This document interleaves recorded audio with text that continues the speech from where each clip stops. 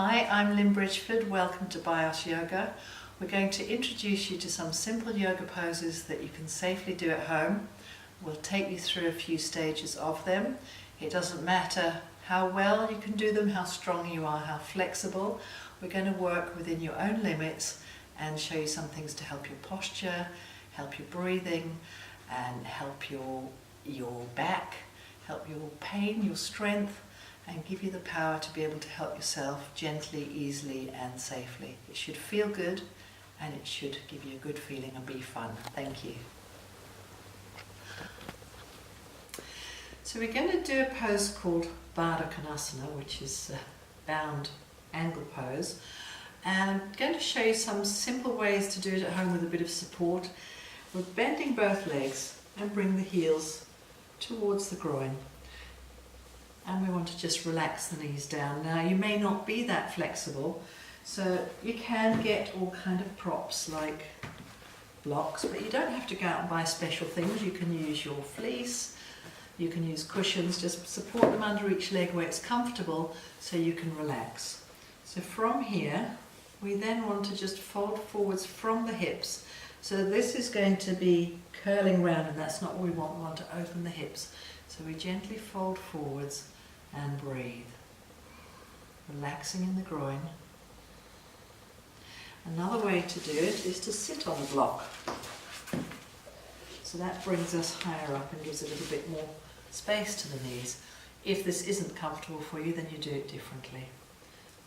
So we gently slide forwards and breathe.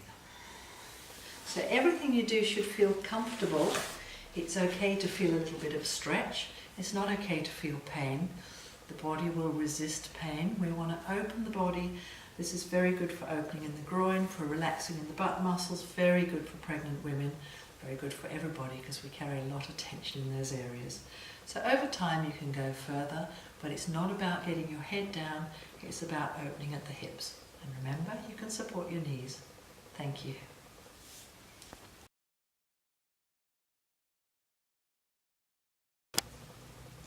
So we're going to do a little series of poses, a few poses that are good for your back and for strengthening the back and flexing it.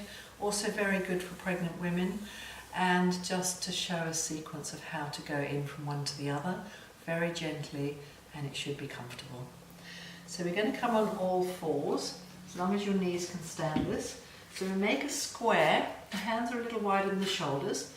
We want the butt above the knees and a straight spine. So if you're pregnant, this is really nice to keep the straight spine and let the tummy rest down and give the baby space.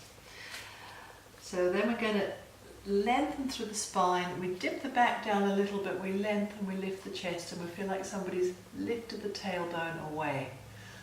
Then we do the opposite. We curl around, we curl the tailbone in, keep the shoulders relaxed, tuck the head under. So we're doing the opposite. It's like two movements of a cat.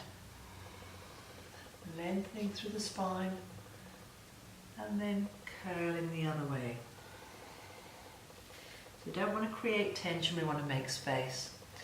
Then we feel like somebody's taken the tailbone, open in the armpits, bring the head down, keep the shoulders away from the ears, and sit down on the heels. Pose of a child. Another way to do it is to bring the hands alongside you.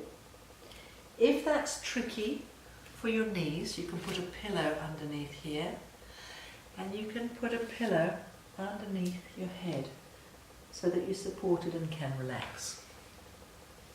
So from that pose, if we're going to go into the downward facing dog, we're going to tuck the toes under and we're going to lift the butt upwards instead of backwards. So we want a nice straight spine, shoulders relaxed. It's more important to have the spine straight than to straighten the legs. So we lengthen through the spine, shoulders down. If we can go further, we lift the butt and then start to sink the heels back down to the mat. This is going to do you more good than curling around.